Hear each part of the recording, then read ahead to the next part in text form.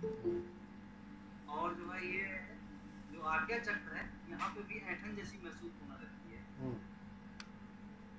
तो इसीलिए पूछ रहा हूँ। अच्छा, क्या कुछ ऐसी वस्तुएं हो सकती हैं या ऐसी औषधि हो सकती है या कुछ ऐसा हो सकता है जिसके माध्यम से ध्यान में गतिशीलता यानी कैटालिसिस का काम करे वो?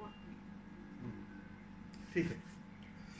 पहली बात तो आप जो ध्यान में बैठते हो या ध्यान की विधि करते हो या जो भी करते हो, हाँ।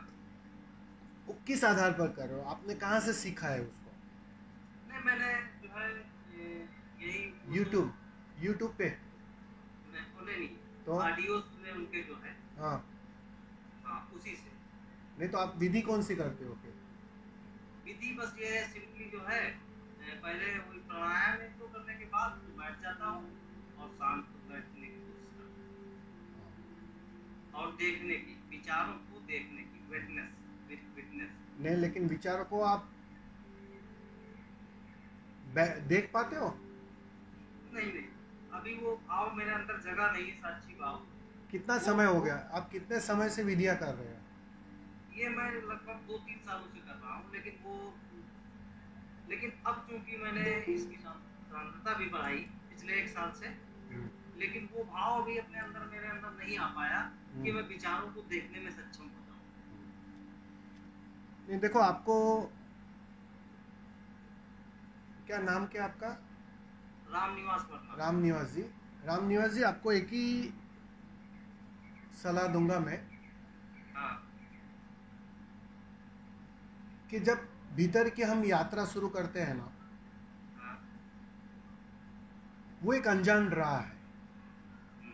मतलब उस राह पर हम कभी गए नहीं, बिल्कुल। भीतर की यात्रा हमने कभी की नहीं। तो एक बात पक्की है कि जो कभी पहले गया है, जो उस मार्ग पर गया है, थोड़ा उससे सलाह मशवरा करते हुए या उनके माध्यम से जो विधियां दी गई है, उस विधियों को जानते हुए अगर हम स्टेप बाय स्टेप उतरेंगे, क्योंकि ये ध्यान का मतलब हम अपने ऊर्जा क्षेत्र पर काम करते हैं। ऊर्जा क्षेत्र मतलब हमारा बहुत गहरे से गहरा स्वभाव, उस केंद्र को हम छूते हैं, उस पर गहरा काम कर रहे हैं। जब गहरा काम करना है तो उसके सिस्टम से होना चाहिए। ऐसा नहीं है कि हम कहीं बाहर से सुन ले, किसी से सुन ले और कुछ भी अपने हिसाब से जोड़ मरोड़ के विधियां कर ले और फिर हम उतर जाए। वो हानिकारक हो सकता है कभी, क्योंकि वो गहरे गहरे में काम करता है। आप समझ रहे हैं क्या बोलते हैं? हानिकारक किस दृष्टिकोण से, किस लेवल पे हानिकारक हो सकती है? बिल्कुल हानिकारक इस अर्थों में हो सकता है कि ध्यान के लिए ध्यान की तैयारी करनी पड़ती है। अगर वो तैयारी आपने ठीक से नहीं की है तो सीधा ध्यान में उतरना खतरनाक हो सकता है, क्योंकि वो तुम्हारे गहरे से गहरे शरीरों को छूता है। उस आज्ञा चक्र से लेके सहस्त्रार, वो तुम्हारे स्वभाव के चक्र है, चैतन्य के चक्र है, उस पर वो काम करता है। सीधा उस पर छलांग लगाना अपने कचरे को साफ किए बिना, उसकी तैयारी पूरी किए बिना, आप समझ रहे हो? वो कैसा हो जाता है कि बच्चों के हाथ में आप तलवार दे दो तो क्या होगा? समझ में आ रहा है? कि अपने को काट सकते, हाँ, अपने को ही काट सकते हैं, अपने को काट सकता है, लोगों को भी हानि पहुंचा सकता है। वो बहुत से ज्यादातर साधक जो बिना तैयारी के, बिना साफ सफाई के, बिना एक ठहराव के जब सीधा गहरे ध्यान में प्रवेश करते हैं ना, किसी की बात सुनकर, यूट्यूब पर देखकर, कि करना क्या है, किसी स्वामी ने बोल दिया, अरे बहुत आसान है, बस आती जाती श्वास को देखो, आंखें बंद करो और बैठ जाओ, करना क्या है, कुछ विचारों को देखते रहो। आप समझ में क्या बोल रहा हूँ? तो ये सब चीज करते हुए अगर आप बैठ जाओ और वास्तव में आप संकल्पवान हो, ताकतवर हो, संकल्पवान का मतलब ऊर्जावान हो तुम, तो तुम्हारी ये कोशिश कामयाब होने लगती है।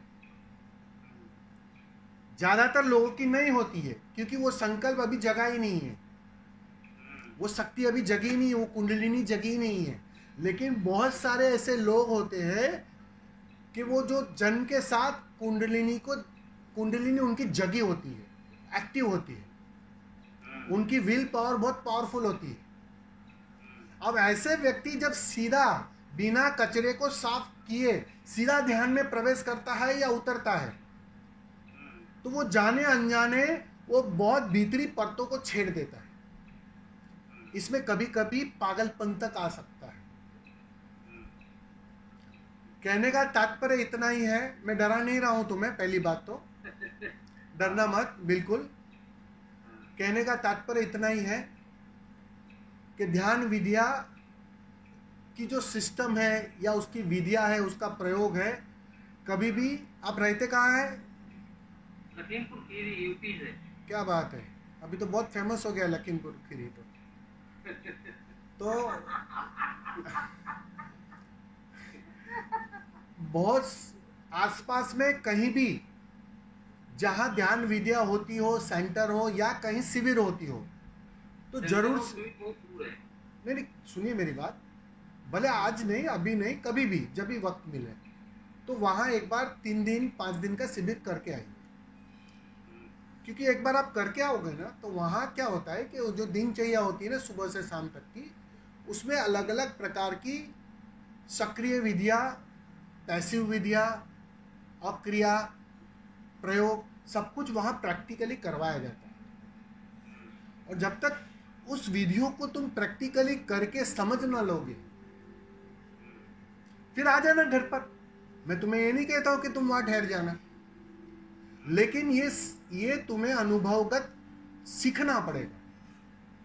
और फिर उस विधियों को लेकर तुम घर आ जाना, और फिर उसमें से जो विधि तुम्हें रुचिकर लगी, अब तुम्हें मेथड तो पता चल गई कि पहले चरण में क्या करना है, दूसरे में क्या, तीसरे में क्या, चौथे में क्या। और सभी कुछ ऑडियो वीडियो उपलब्ध है यूट्यूब पर, ओशो की संग्रहालय में सब कुछ उपलब्ध है। लेकिन सीधा मैं तुम्हें नहीं कर रहा हूं एडवाइस, इस बात को समझ लेना। सीधा यूट्यूब से मैंने तुम्हें नहीं कह रहा हूं कि तुम ले लेना और कर लेना कल से।